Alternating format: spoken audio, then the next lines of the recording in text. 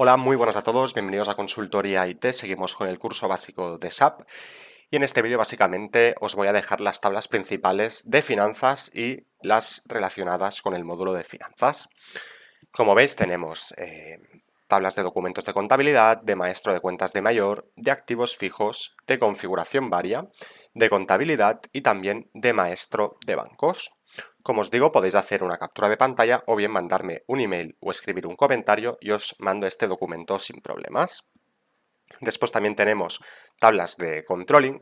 El controlling, como sabéis, está muy relacionado con finanzas y también tendremos un curso específico de controlling en este canal. Son básicamente estas, hay muchísimas más, pero con estas ya tendréis muchísima info. Y después tenemos otras tablas que también están muy vinculadas con finanzas, que son de ventas y de compras. Pues bueno, básicamente maestro de proveedores, maestro de clientes, documentos comerciales, pedidos de ventas, facturas de expedición y también estructuras de la organización, que son básicamente estas. Pues lo dicho, no voy a alargar mucho más este vídeo. Os puedo pasar el documento si me mandáis un mensaje o un email, si no podéis hacer una captura de pantalla o apuntaros aquellas que creáis más interesantes. Vuelvo a la pestaña de finanzas por si queréis hacer una captura de pantalla,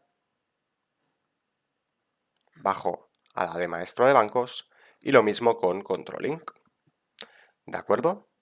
Pues nada, sin más dilación me despido de vosotros. Si os ha sido útil darle me gusta, suscribiros y nos vemos en el curso de SAP. Hasta luego.